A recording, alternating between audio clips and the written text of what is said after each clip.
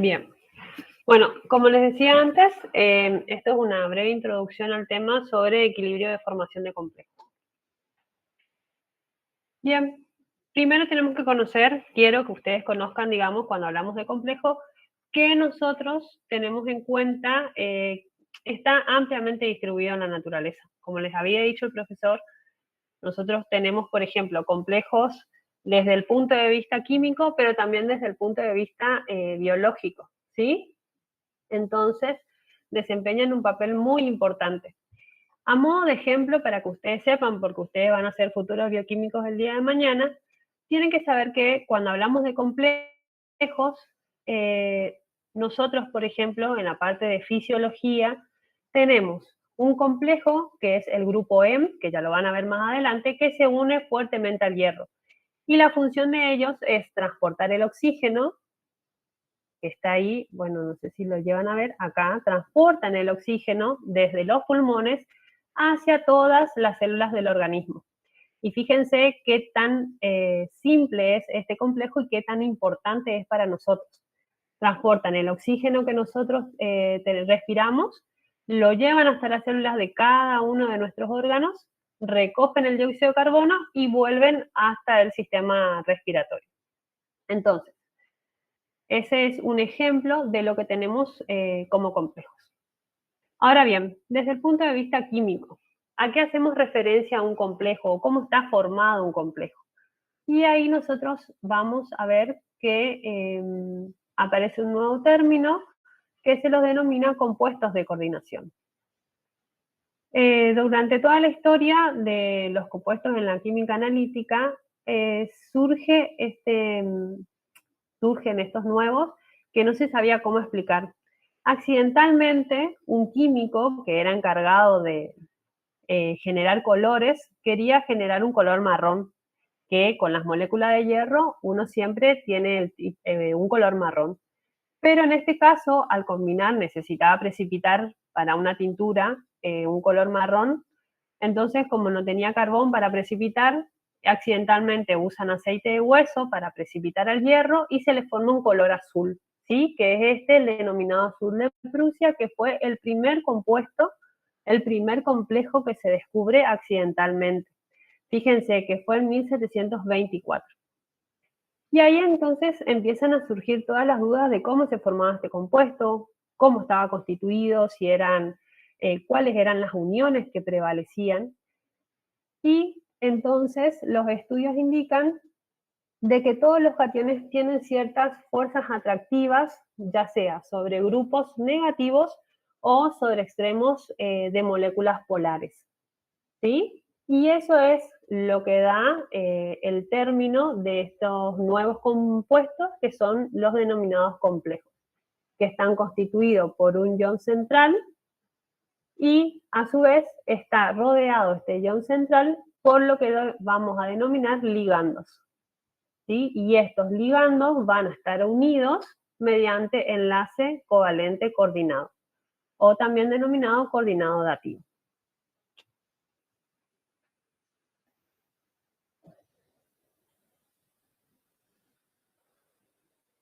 Bien, entonces, fíjense, yo les comenté que accidentalmente en 1724 descubren estos nuevos compuestos, pero recién en 1913, que ganó un premio Nobel, el químico Alfred Werner empezó a estudiar sobre estos compuestos. Él quería saber, quería la explicación de cómo se formaban, cómo se unían, y anuncia en 1893, él propone en su teoría de coordinación ciertos postulados, que hasta hoy en día es una manera de explicar esta formación de estos complejos.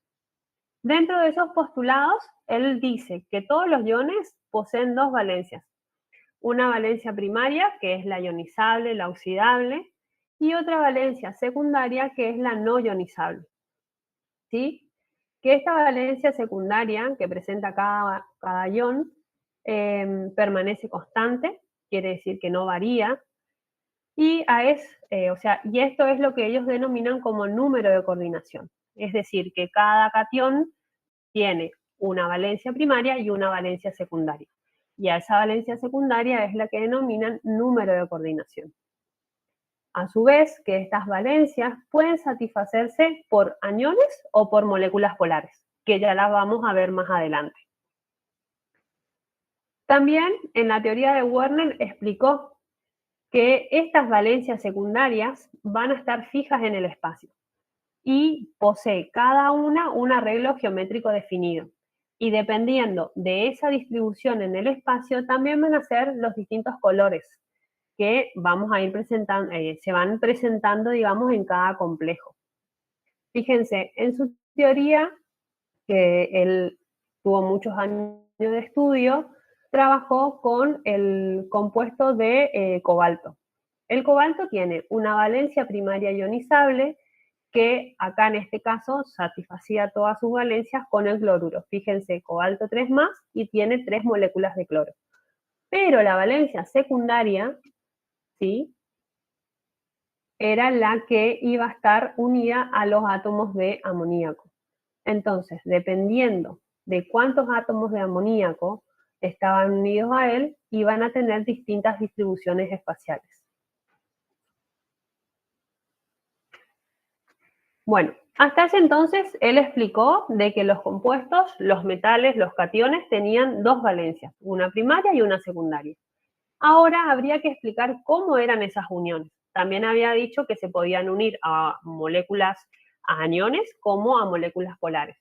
Entonces surge la teoría ácido-base de Lewis en 1923, donde él determina que hay compuestos denominados ácido de Lewis, que van a ser los que aceptan un par de electrones, y la base de Lewis, que van a ser aquellos compuestos que van a ceder un par de electrones, ¿sí? Y cuando hablamos de un proceso o una neutralización, es cuando se forma el enlace covalente dativo o también enlace coordinado.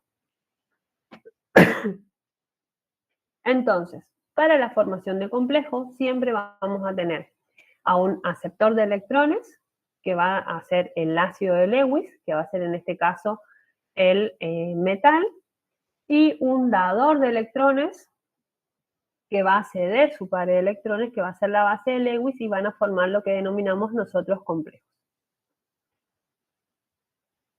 Bueno, ¿cuál es el modelo de enlace que él propone? Fíjense, tenemos un ion metálico más un ligando, ¿sí? Y van a formar este compuesto. Siempre el ion metálico o el ion va a ser central y a su costado van a estar los ligandos.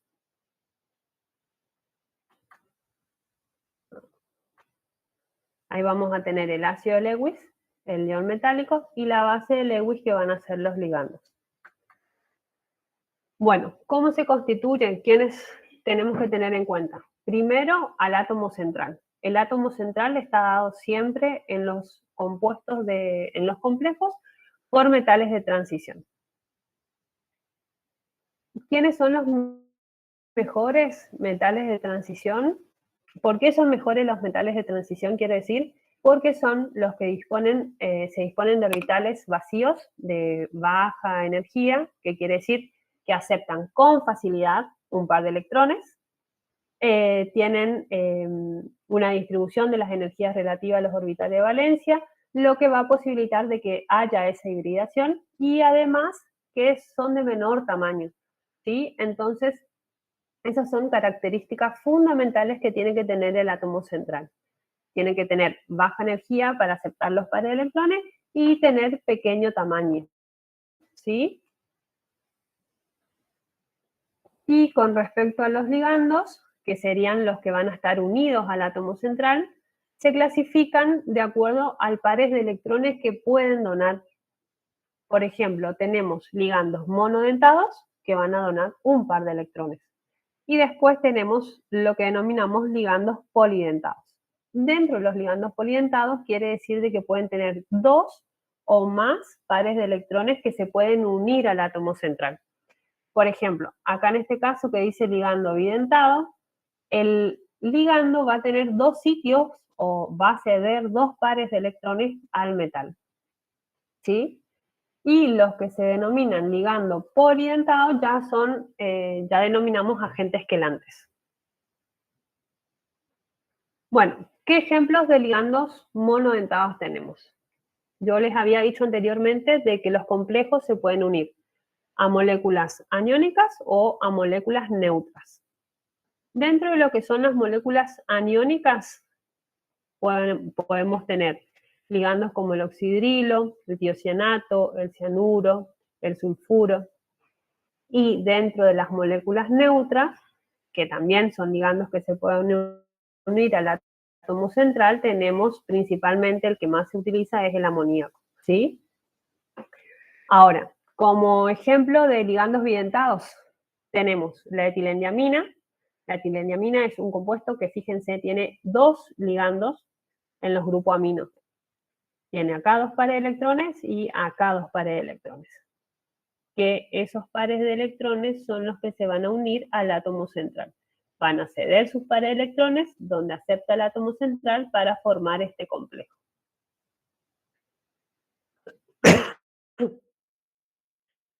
Después, otros compuestos, por ejemplo, bidentados, tenemos la 8-hidroxiquinoleína, también tenemos la dimetilglioxima. Si ustedes recuerdan en el primer práctico de laboratorio, donde nosotros teníamos que hacer reaccionar al níquel con la dimetilglioxima, que decíamos que nos formaba un complejo coloreado color rojo, bueno, este es el complejo que se forma. La dimetilglioxima, en este caso, se une al níquel, y esa unión al níquel es lo que nosotros podemos llegar a ver el color en las reacciones de sensibilidad que habíamos hecho. No sé si ustedes recuerdan de que el níquel era una solución coloreada de colorcito verde pálido y que después cuando la hacíamos reaccionar con la dimetilglioxima nos quedaba el complejo rosadito, rojo rosado. Bueno, después tenemos lo que denominamos ligando polidentados. ¿Sí? Bueno, ya habíamos hablado de la etilendiamina. También está acá el carbonato, que tiene dos pares de electrones que se pueden unir al átomo central. También está, por ejemplo, podemos utilizar como un ligando la 1,10 fenantrolina, el oxalato. Entonces, esos son los ejemplos de los ligandos. Recuerden, hay ligandos monodentados y ligandos polidentados. Y esto es muy importante que ustedes sepan diferenciar en el momento de, ya les voy a hablar más adelante, de cómo se calculan las constantes de estabilidad y de disociación. Y como ejemplo principal tenemos al ligando polidentado que es el ETA, ¿sí? Etilendiamina tetracético, tiene 4 pares de electrones, o sea, tiene 4 ligandos por los que pueden unirse al átomo central. En realidad son 6, pero generalmente los grupos aminos siempre están ocupados. Entonces hay 4 lugares por donde él se puede unir al átomo central. Y cuanto mejor, cuanto más ligandos tenga, más estable va a ser la unión de este complejo. Y esto es lo que también nosotros denominamos quelato, que cuando hablamos de quelato es un complejo formado por un ligando polidentado. Bien, este ácido, como les había dicho, fíjense, tiene 4 grupos carboxilos que pueden ser desplazados y pueden unirse al átomo central. Y acá también están el grupo amino, estos dos grupos amino, no sé si llegan a ver con la flechita, estos dos grupos amino tienen también pares de electrones para dar, pero generalmente la estabilidad se la va a dar estos grupos carboxilos.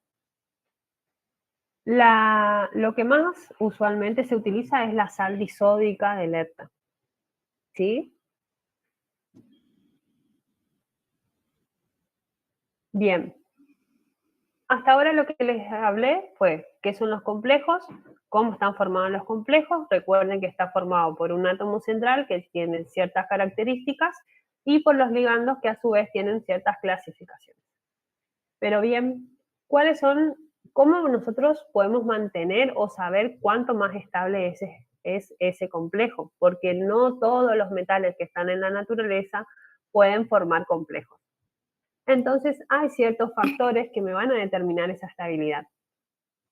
El complejo será tanto más estable cuanto mayor es la carga del catión, menor es el tamaño y tenga más orbitales vacíos. Creo que anteriormente ya les había dicho eso. Y hay ciertos factores como el efecto quelato, el tamaño del anillo y el efecto estérico. Principalmente son los tres factores que me afectan a la estabilidad de mi complejo. Entonces, el efecto quelato, cuanto hablamos de cuanto un ligando es polidentado, es más estable que si trabajamos con ligandos monodentados. ¿Sí? Ahí vamos a ver más adelante que se trata sobre un efecto entrópico. Después, el tamaño del anillo. El tamaño del anillo dice que es más estable cuando se habla de 5 eslabones que si tiene 4 o 6.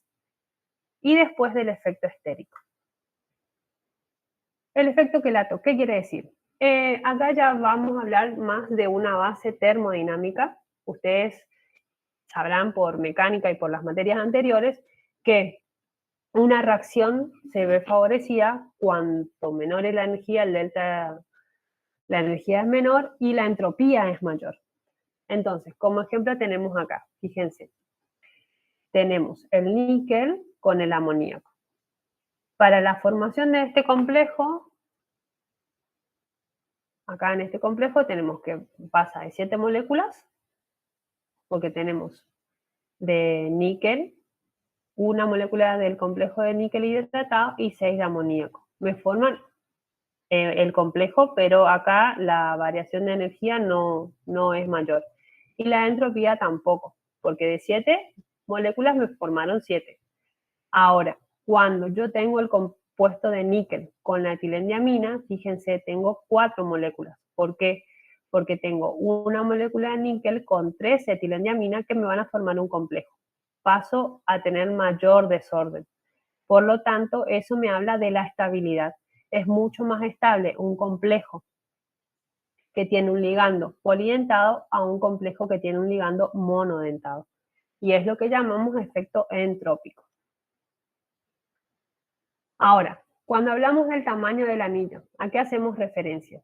Si nosotros tenemos, fíjense estos dos casos, un ligando bidentado. El ligando bidentado se va a unir al átomo central y me va a formar esta estructura. ¿Sí?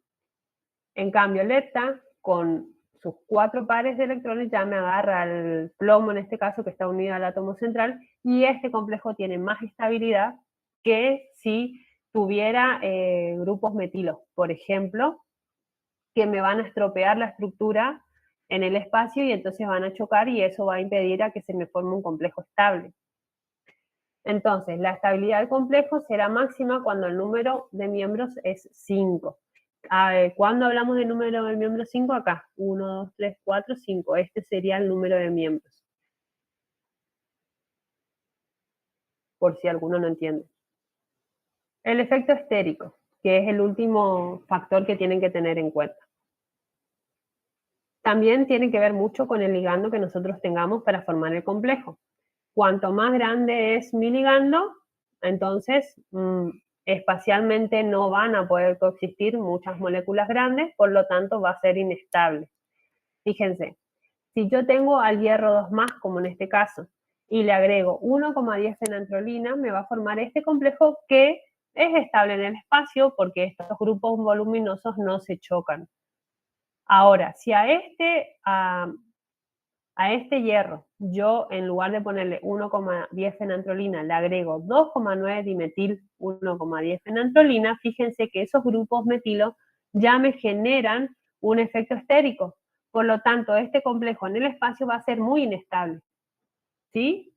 Entonces va a tender a disociarse. Bien, entonces, hasta acá hemos hablado de los complejos, de cómo están formados y de cuáles son los factores que me van a permitir la estabilidad o no del complejo. Ahora vamos a ver cuáles son las constantes de formación, ¿sí? ¿Qué tan estables son estos complejos? Cuando nosotros tenemos que formar un complejo, por ejemplo, con un ligando monodentado, la formación de los complejos siempre va a ser por etapas. ¿Qué quiere decir? De que vamos a tener al metal y primero se va a unir un ligando, después se va a unir el otro y así sucesivamente. Cuando el ligando es monodentado. No sé si ustedes recuerdan que les había dicho que el ligando monodentado va a ceder dos pares de electrones. Pero supongamos que yo tengo un metal que tiene 4 pares de electrones disponibles. Entonces, por ejemplo, el calcio con el calcio que tiene 2 pares de electrones y le quiero unir el cianuro que tiene un par de electrones, ¿sí? Entonces va a hacer la unión por etapas. Primero se va a unir un ligando y después recién se va a unir el otro. Cada una de estas uniones va a tener su constante de formación.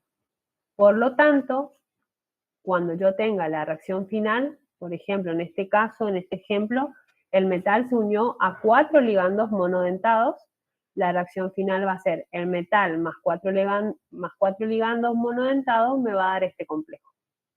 Y la constante de formación va a ser la constante de formación global, que va a ser igual al producto de todas estas constantes. ¿Sí? Entonces va a ser la constante de formación global igual a la constante de formación 1 más la 2 más la 3 más n, dependiendo de la cantidad de ligandos que se vayan uniendo al metal. Bueno, acá por ejemplo, después nosotros queremos conocer la concentración de las especies en equilibrio. ¿Cómo vamos a calcular? En este caso tenemos la plata que se une al amoníaco. Fíjense, la plata, su valencia secundaria, tiene para albergar 2 ligandos de amoníaco. Entonces, la plata con el amoníaco me va a formar el diamilplata, ¿sí? Pero lo va a hacer por etapas. Entonces vamos a tener que cada una de estas etapas va a tener una fracción de la plata. Para calcular la concentración total de la plata, va a ser la sumatoria de el diamilplata con el amilplata con la concentración de plata que estaba en la solución. ¿Sí? Entonces acá lo único que se hace es un pasaje de términos. De estas ecuaciones generales, ustedes tienen que ir reemplazando los términos para calcular la concentración de la plata. Y para calcular la fracción libre del ion metálico va a ser igual a la fracción del metal libre más la concentración de todos del complejo. Entonces ahí por sustitución de pasajes de término nomás, ustedes van a hallar las distintas concentraciones. Esto igualmente, ahora cuando bajen la clase lo pueden volver a mirar y sería bueno que ustedes lo puedan practicar porque es solamente un pasaje de términos, ¿sí? Desde la ecuación general que les mostré es sustitución. Y fíjense que acá es la fracción molar del catión con respecto a la del ligando. En un punto todas las especies van a coexistir. Por eso nosotros llamamos fracción molar del catión, porque van a estar todas las especies coexistiendo. ¿Sí? Ahora bien, ¿qué aplicaciones analíticas tienen los complejos monodentados? Una de las aplicaciones que nosotros la tenemos desde el punto de vista químico, en la química analítica, son las reacciones de desplazamiento. Por ejemplo, si nosotros queríamos, si bien no lo pudimos hacer en el laboratorio porque era la parte de selectividad, pero tenemos una mezcla de cationes, por ejemplo, el hierro con el níquel. Y yo quiero determinar níquel en la solución y el hierro me está molestando, entonces podemos hacer una reacción de complejación del hierro para poder identificar al níquel. ¿Sí? Entonces eso es lo que denominamos reacciones de desplazamiento. También, ¿en qué otro ejemplo le puedo dar? En la marcha analítica de cationes, nosotros también tenemos ahí, por ejemplo, teníamos 2 cationes, el cobre y el cadmio, que son del grupo 2. Y queremos identificar a cada uno de esos cationes. Para poder identificarlos, formamos un complejo con los dos. ¿Sí? con el cobre y con el cadmio. Pero yo sé que por estudios que el cobre forma un complejo, el cobre amoniacal forma un complejo mucho más estable con el cianuro, ¿sí? El cobre forma un complejo con el amoníaco, pero a su vez forma un complejo mucho más estable con el cianuro. Entonces le agrego cianuro, me forma un complejo incoloro y así yo lo puedo enmascarar. Entonces a eso llamamos reacciones de desplazamiento. Ahí tenemos en cuenta las constantes de formación. Es decir, cuanto mayor es la constante de formación de uno, va a producirse el desplazamiento. Hay muchísimos ejemplos dentro de lo que es la química analítica. Esos dos son por ahí los que ustedes pueden ir, incluso en la guía en la guía de laboratorio, en la guía 1 de laboratorio, van a ver en la parte de selectividad los ejemplos que les estoy dando.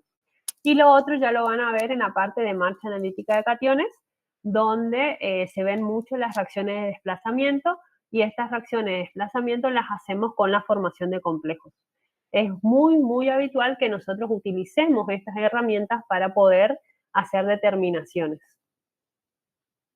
Y después también se utiliza, hay una volumetría por formación de complejos, el método de Liebig, donde se utiliza, queremos determinar una concentración de cianuro y utilizamos la plata como analito. Ahora bien, hablamos ya de lo que son los ligandos monodentados, que creo que les va a quedar mejor el concepto cuando hablemos de los ejercicios. Y ahora vamos a pasar a los ligandos polidentados. Los ligandos polidentados, el ejemplo habitual es el lepta, ¿sí? Que, como les había dicho, tiene 4 grupos carboxílicos que pueden unirse al átomo central y así hacer un complejo muy estable. Es lo que más se utiliza y estas son todas las variantes del lepta, ¿sí? La más utilizada, como les había dicho, es la sal disódica. Donde nosotros utilizamos mucho el lepta, para darle un ejemplo, es en la volumetría para la determinación de dureza. Pero también en la parte de biología, en la parte del día de mañana de la bioquímica, nosotros utilizamos el lepta para sacarle sangre al paciente, porque el lepta me va a secuestrar el calcio. El calcio es un ion que interfiere en la cascada de la coagulación, que también después lo van a ver. Entonces me secuestra el calcio, no se precipita, no hay coagulación y por lo tanto tengo un hemograma. Puedo hacer tranquilamente un hemograma, que de hecho es uno de los anticoagulantes que más se utiliza, el lepta. Bien, pero el lepta, como su nombre lo dice, le dije que tenía 4 grupos carboxílicos, por lo tanto tiene 4 equilibrios. ¿Qué quiere decir? Este es el compuesto del lepta tetraprótico. Tetraprótico porque puede ceder, digamos, sus 4 protones. A medida que va cediendo, ¿sí? Todas estas especies pueden unirse al átomo central. Y cada una de esas especies va a tener una constante de disociación. El problema está en que el lepta va a tener distintas especies dependiendo del pH. Entonces ahí es lo que aparece un nuevo concepto que se denomina constantes de formación condicional. ¿Por qué? Porque el lepta es uno de los, digamos, sufre muchísimas reacciones de protonación, ¿sí? Formando distintas especies, el anión. Y como ustedes vieron, hay 4 especies, nosotros sí o sí tenemos que fijar un pH para que al menos una de ellas sea predominante y me pueda formar el complejo. Entonces ahí es lo que se introduce como constante de formación condicional, o también denominado constante de formación efectiva, que va a estar dado para un pH fijo, ¿sí?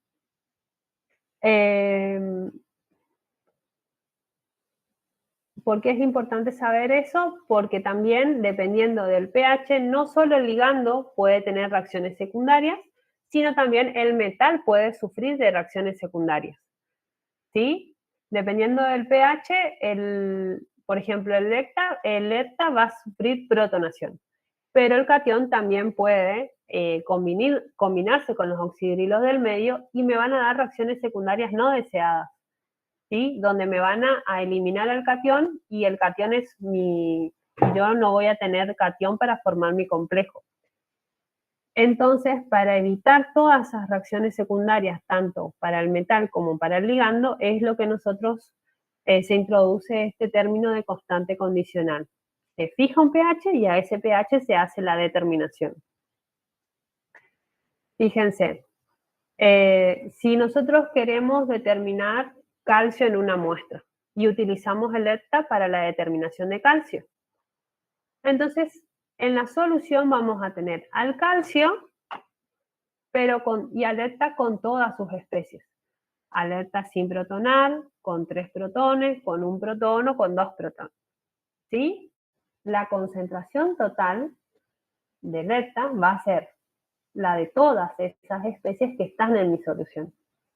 Y acá hay una gráfica de la fracción con respecto al pH. Fíjense, cuando tenemos pH ácidos, cuando el pH está entre 0 y 2, la especie predominante va a ser el EPTA con sus 4 protones, ¿sí? Porque está tan ácido el medio que esos protones se fijan al EPTA.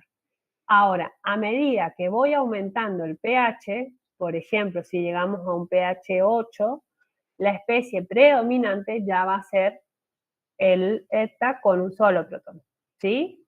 ¿Qué quiere decir? De que va a tener los otros espacios libres para poder unirse al catión.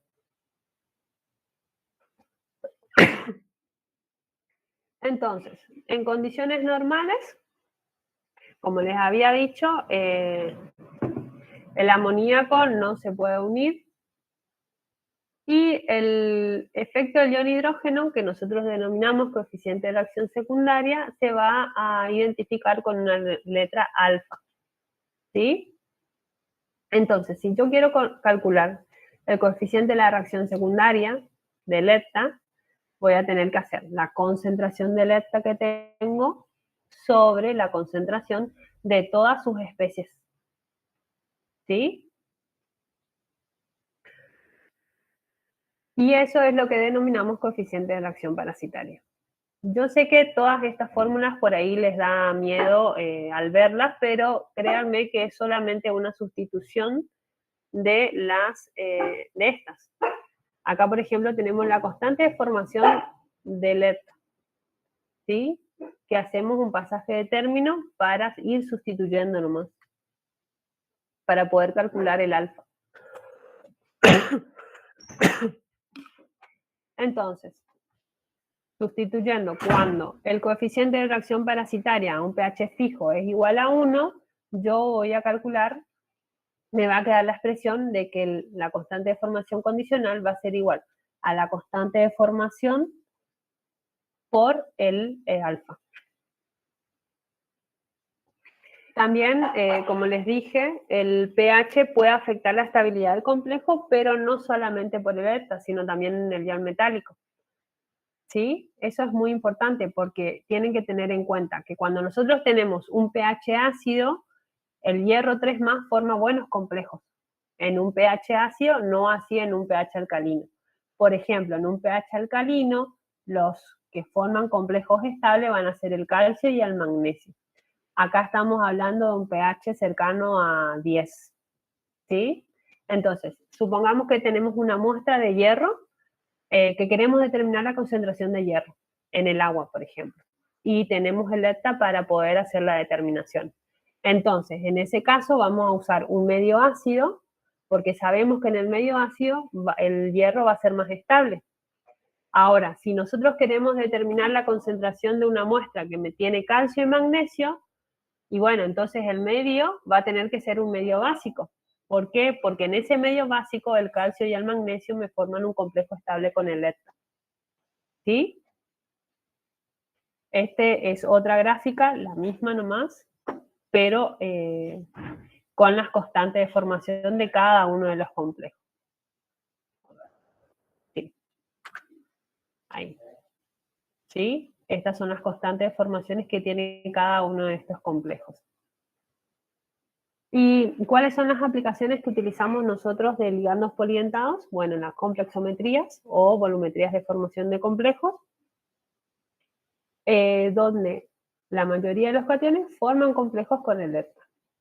Que de hecho eso es lo que nosotros vamos a hacer en el laboratorio que viene, que va a ser la determinación de dureza del agua.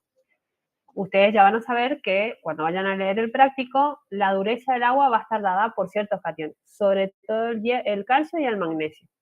Y que el calcio y el magnesio me forman complejos estables con el ERTA. Entonces, para poder determinar la concentración de cada uno de estos cationes, vamos a utilizar la volumetría, la complexometría, y vamos a determinar la concentración de cada uno de esos iones. Acá, fíjense, está en el cuadrito el catión para determinar y el pH en el que nosotros tenemos que realizar la volumetría. Por ejemplo, vayan a leer el laboratorio. En el laboratorio de la semana que viene, creo que ya es, lo que vamos a hacer es determinar la dureza del agua. Fíjense a qué pH nosotros vamos a determinar la dureza total y después hacemos una modificación en el pH para determinar el magnesio. ¿Y por qué hacemos esa modificación? Porque el complejo de magnesio ERTA es muy estable cuando el pH supera los 10, ¿sí? Ya cuando llevamos a un pH de 12 prácticamente. Además, ustedes van a ver que usamos una solución reguladora. ¿Y por qué tenemos que usar una solución reguladora? Y es para que el pH no me varíe tanto durante la volumetría, porque si me varía, entonces las especies de ERTA, que son 4, van a estar las 4 coexistiendo en la misma solución. Y eso es lo que nosotros queremos evitarnos. Entonces también tienen que estudiar el por qué nosotros utilizamos una solución reguladora, por qué llevamos el pH a una solución básica. ¿Sí? Son todas cuestiones que uno tiene que tener en cuenta por este tipo de aplicación. Bueno, y esto es más que nada el ejemplo que les había dado, que se va a dar, volumetría por formación de complejos, que creo que el profe César también les va a explicar. ¿Qué se hace básicamente? Se coloca el ERTA, ¿sí? Primero ustedes van a valorar esa solución de ERTA, como hicieron ahora en el de alcalinidad, se va a valorar esa solución de ERTA, y después van a hacer la determinación de la muestra. Fíjense que vamos a utilizar la disolución, después le vamos a agregar una solución alcalina para que nos dé el medio alcalino, y después el indicador. El indicador, generalmente son indicadores de color, que también son indicadores complejos, que en el punto final son más lábiles, entonces hay un cambio de moléculas que va a permitir a nosotros ver el cambio de color. Fíjense, acá se denominan indicadores metalocrómicos. Son la mulexida y el NET, que son los indicadores que ustedes van a utilizar, también tienen un complejo, son complejos. ¿Sí? Que llegando al punto final van a sustituirse esos cationes, entonces me va a pasar de un color azul a un violeta intenso o de un color malva a un color rosado. ¿Entienden? Entonces eso también son en las volumetrías por formación de complejos, los indicadores también son complejos. Fíjense, acá está el indicador, tiene un color, que acá dice color 2, y cuando la reacción está llegando a su punto final, va a pasar al color 1. Y estos dos colores tienen que ser totalmente diferentes para que nosotros podamos llegar a visualizar el punto final. El indicador el complejo del indicador debe ser más estable, pero menos estable que el del complejo, ¿sí?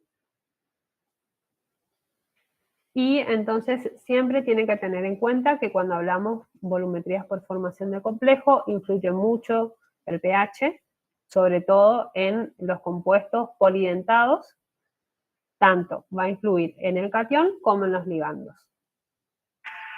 Estas son todas las especies de ERTA que coexisten en determinados pH, y cuando aumentamos el pH, la especie predominante va a ser el ERTA sin los protones.